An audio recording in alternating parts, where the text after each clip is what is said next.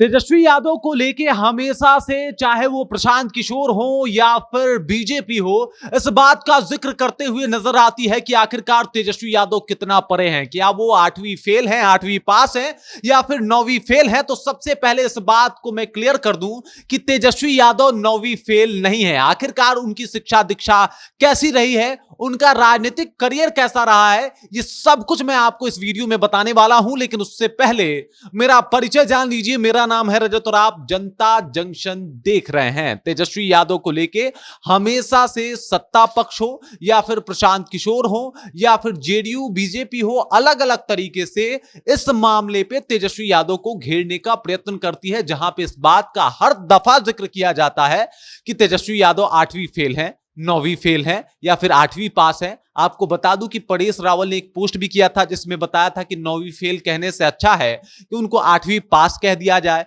अब ये बात बताता है कि आखिरकार तेजस्वी यादव के शिक्षा के ऊपर इतने सवाल क्यों उठाए जाते हैं। आखिरकार तेजस्वी यादव अगर कम पढ़े तो क्यों पढ़े, इसके पीछे का कारण क्या है, और आखिरकार तेजस्वी यादव से ये जो सवाल पूछे जाते हैं ये कितना वाजिब है। तो सबसे पहले जान लीजिए, संवैधानिक दृष्टिकोण से तेजस्वी यादव अगर अनपढ़ और अंगूठा छाप भी होते तो वो चुनाव लड़ने के काबिल थे। और आप अगर ऐतिहासिक तौर पर भी देखेंगे तो कई ऐसे राजनेता हुए, कई ऐसे राजा महाराजा भी हुए जिनकी शिक्षा दीक्षा कुछ ज्यादा नहीं थी, कुछ लोग तो अनपढ़ थे, लेकिन उन्होंने जिस तरीके से अपने राज्य को, अपने काम को चलाया वो काबिले तारीफ था और वो इतिहास बन गया। तेजस्वी यादव के ऊपर जब जब कोई ये प्रश्न चिन्ह लगाता है कि वो तो 9वीं फेल हैं, तब ये सोचने वाली बात हो जाती है कि आखिरकार ऐसा क्यों किया जाता है जब संविधान इसकी इजाजत देती है।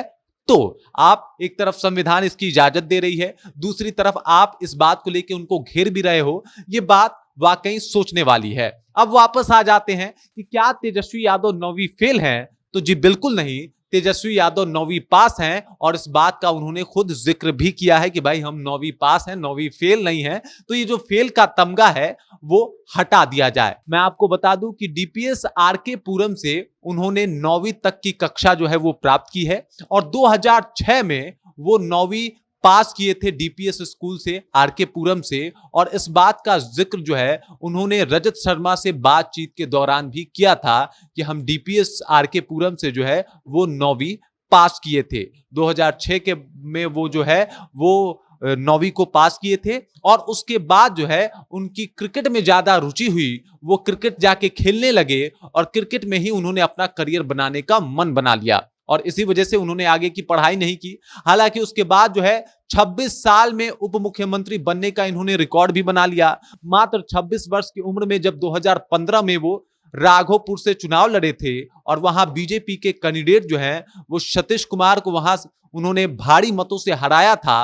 उसके बाद वो नीतीश कुमार के साथ सरकार बनाते हैं और उसमें उनको उप मुख्यमंत्री जो है वो बनाया जाता है और उप मुख्यमंत्री बनने का दर्जा मिलता है।